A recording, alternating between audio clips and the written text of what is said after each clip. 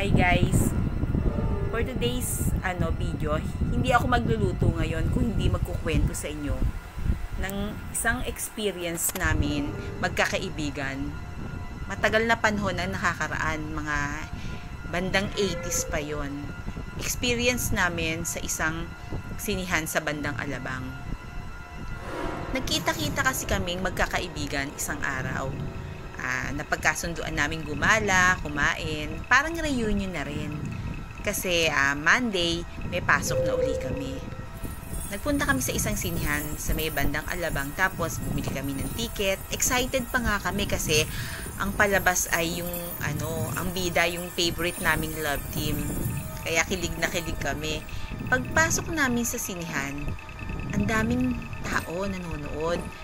Tapos sabi ni Noemi, ayun, may 3 bakante doon tayo maupo. Kaya pumunta kami agad doon. Tapos nung nanonood na kami, ang ingay-ingay namin, pilian kami ng pilian, kilig na kilig kami. Ngayon nagtataka kami, bakit yung mga katabi namin, parang wala lang silang reaksyon. Simpleng nanonood lang sila. Parang kami lang, napansin namin, kami lang yung maingay. Sabi nga namin, ano ba? Tayo lang yung maingay dito. Sabi naman ni Ana, tayo lang ang maingay dito. Di tawa na kami. Pagkatapos naming manood, nag-CR muna kami. Nagtataka kami nung nasa CR na kami. Wala man lang nagsi-CR na ibang tao. Wala ring tao sa labas. Di ba kalimitan pagkatapos manood ng sine, dadaan ng tao sa CR. Pero kaming 3 lang ang tao doon sa loob ng CR. Kaya takantaka kami. Sabi namin, asa na yung mga tao? Bakit parang tayo lang? Kaya paglabas namin ng sinihan, tinanong namin yung tagabantay. Sabi namin, bakit parang wala nang mga tao? Kanina ang dami-dami naming kasamang nanonood. Nagulat ngayon yung tagabantay, sabi niya, nagtataka nga ako sa inyo dahil kayo nga lang 3 ang nanood. Kaming 3 lang, sabi ni Noemi gano'n.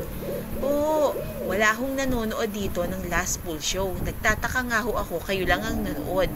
Kaya nga paglabas nyo yan wala, magsasara na kami, lalabas na rin kami.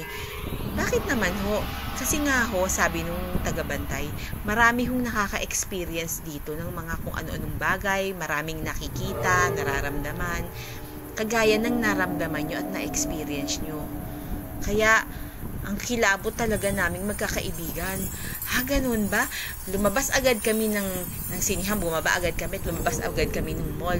Takot na takot talaga kami, kilabot na kilabot kami. Yung pala, yung mall na yun ay dati palang simenteryo na ginawang mall. Kaya sabi nila Noemi, ano yun? Sino yun? Sino yung mga kasama natin doon? Ano yun? Puro multo ang kasama nating nanonood ng sine. Takot na takot talaga kami. Sabi namin, hindi na kami manonood sa sinihang yun at hindi na kami manonood ng last full show. Pag naaalala ko nga yung kwentong yun namin, matagal ng panahon nakakaraan, kinikilabutan pa rin ako kasi totoo pala ang mga multo. Hindi mo alam, parang wala lang, nanonood kayo ng yung pala, puro multo pala yung kasama nyo doon nanonood. Talaga grabe yung experience namin yun. Sana po nag-enjoy kayo sa kwentong shinare ko sa inyo. Ito po'y kwento matagal ng panahon ng nakakaraan. Antayin nyo, meron pa akong isang kwento sa inyo.